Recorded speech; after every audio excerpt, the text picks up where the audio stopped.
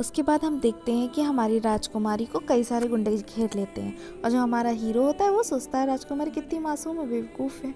राजकुमारी उन्हें धमकाने की कोशिश करती है, कहती है कि वहीं रुक जाओ। फिर वो लोग उस पर हमला कर देते हैं और हीरो उसे बचाने आ जाता है। फिर वो दोनों हवा में उड़ जाते हैं जैसे कि चाइनीज़ मूवी में होता है। वो लोग कुछ फूंकते हैं और वो राजकुमारी के गले पे आके लग जाता है, राजकुमारी बेहोश हो जाती है।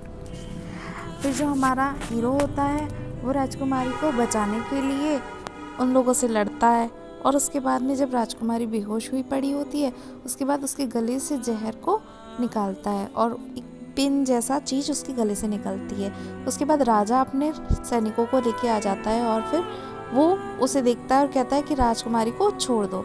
राजकुमारी को छोड़ने के लिए जब वो कहता है उसके बाद वो कहते हैं कि धनुषधारी मतलब इसको मारो।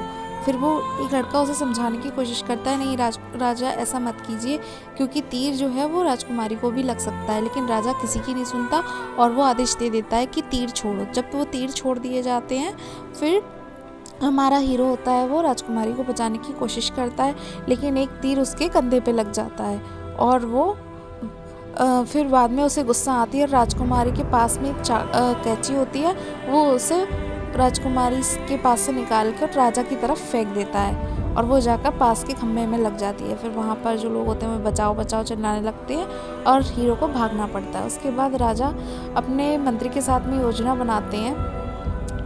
पहले तो वो राजा मंत्री के साथ में राजकुमारी को उठाने के लिए जाते हैं। फिर एक वैद्य कील एक सुई जैसी चीज़ लेकर राजकुमारी के सिर में लगा देता है और राजकुमारी उठती है और तुरंत ही फिर से बेहोश हो जाती है। फिर जो उसका मंत्री और राजा होता है वो योजना बनाते हैं कि कहीं वो हमारा सेनापति तो नहीं, सेनापति जैसा लग रहा था वो, तो वो कहते हैं नहीं ऐसा नहीं हो सकता, हमारा सेनापति तो बहुत अच्छा है, उसने हमारे राज्य की इतनी रक्षा की है। फिर बाद में वो एक योजना बनाते हैं कि ऐसा करते हैं कि अगर वो निकलता है तो हम राजकुमारी को उसके पास जासूस बनाकर भेज देते हैं। फिर जब सेनापति राजा के पास आता है तो उसके पास कुछ पर्सनल काम होता है और इस वजह से वो अपना जो सेनापति का बैच होता है, एक मोहर होती है, उसे वापस करने लगता है। तब राजा उससे कहते हैं कि आप राजकुमारी से शादी कर लो।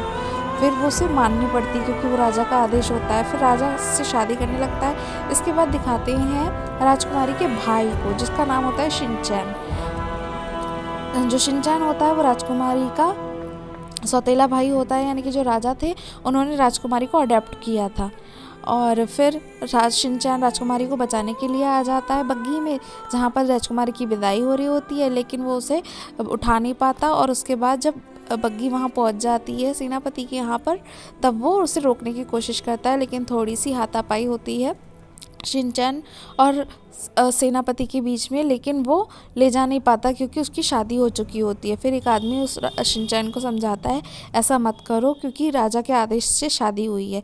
फिर जो सेनापति होता है वो राजकुमारी को गोद में उठाकर ले जाता है और वो उसे लिटा देता है और फिर उसे देखता है, लेकिन वो चोटिल होता है, उसके कंधे से खून आ रहा होता है और फिर उसे राजकुमारी के नाक पर एक पत्ता आकर बैठ जाता है, मतलब उसके नाक पर आकर रख जाता है पत्ता और फिर वो उसको देखता है और फूंक मार के उस पत्ते को उड़ा देता है। तभी राजकुमारी को छींक आने लगती है और जो सेनापति होता है उसके कंधे में दर्द होता है और वो चला जाता है। जैसे ही राजकुमारी छींकती है वो धीरे धीरे चूहे में बदलने लगती है, उसके दांत निकल आते हैं, उसके कान बड़े हो जाते हैं और वो चूहे में बदल जाती है। वहाँ पे रखी हुई सारी चीज़ें वो खा जाती है और वहाँ पर उस बेड का एक पाया होता है, यानी बेड का पैर, उसे भी वो खा लेती है और यहीं पे हमारा पहला एपिसोड ख़त्म हो जाता है।